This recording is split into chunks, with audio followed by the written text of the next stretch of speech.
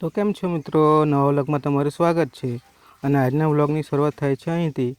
તો આજે સવારમાં ટિંકલે ઘોળ વાળી દીધું છે આ જુઓ. અને પછી પાણી પીવડાવવાનું બાકી હતું તે પાણી પીવડાવવા લાગી.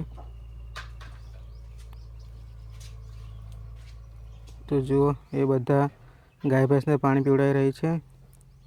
અને આ જુઓ અમારા ઘરનો ફુદીનો છે જે અમે રોપેલો હતો, ઘણો મોટો થઈ ગયો. પછી આજે થોડીક પૂળી હતી તે અમારી કુહુની બા નાખતી હતી ઘરમાં, તો એ બી હાથે કામ કરવા લાગી. એને આવું કામ કરવાનું બહુ ગમે એટલે એ બી કામ કરવા લાગી, એટલે કે એ રમતી હતી આ રીતે. પછી એને કુહુને એની મમ્મીએ નવડાવી પડ્યું. અને જુઓ આ બાજુ આ લોકો બકરા ચારવા જતા છે.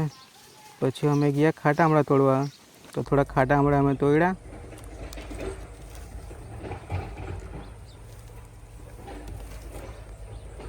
નેર બાજુ ફરવા આવેલા છે.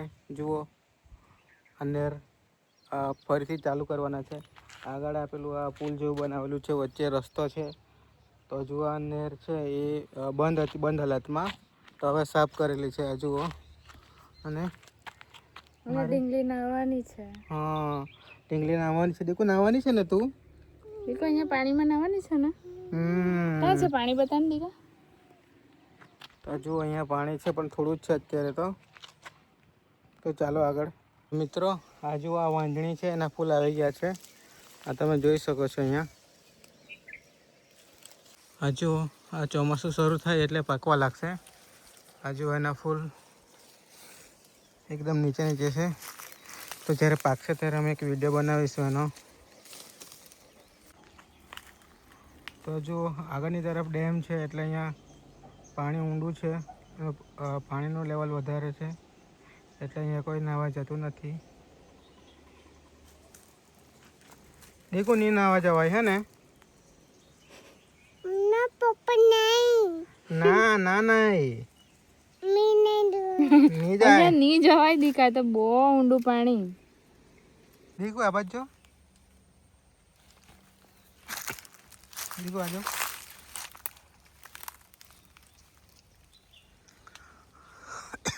તો મિત્રો જુઓ લાલ જાંબુ ઘણા બધા લાગેલા છે.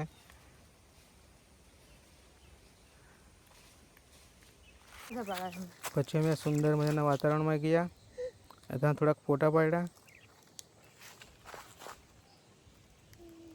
દીપા અહીંયા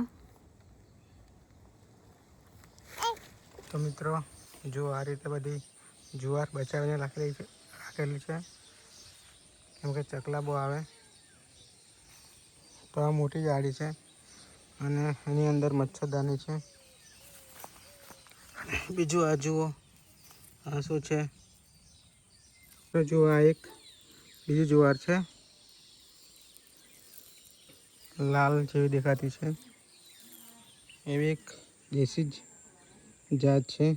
તો જુઓ આમાંથી થોડી ચકલા ખાઈ ગયેલા હતા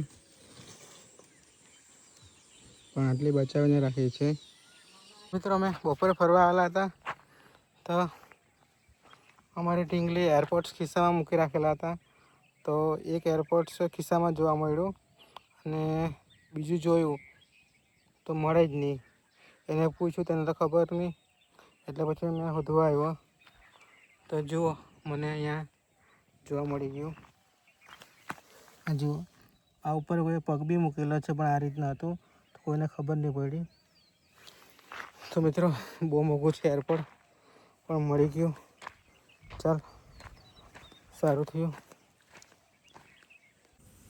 પછી અમે આજે વિલાતી આંબલીનું શાક બનાવવાના હતા, એટલે આ ટિંકલ આંબલી છોલતી છે. અને રોટલા તો અમે આ રીતે ચોખાના રોટલા ખાઈએ. તો જુઓ આ રીતે ચોખાના રોટલા અમારા ઘરે બનાવવામાં આવે. ઓકે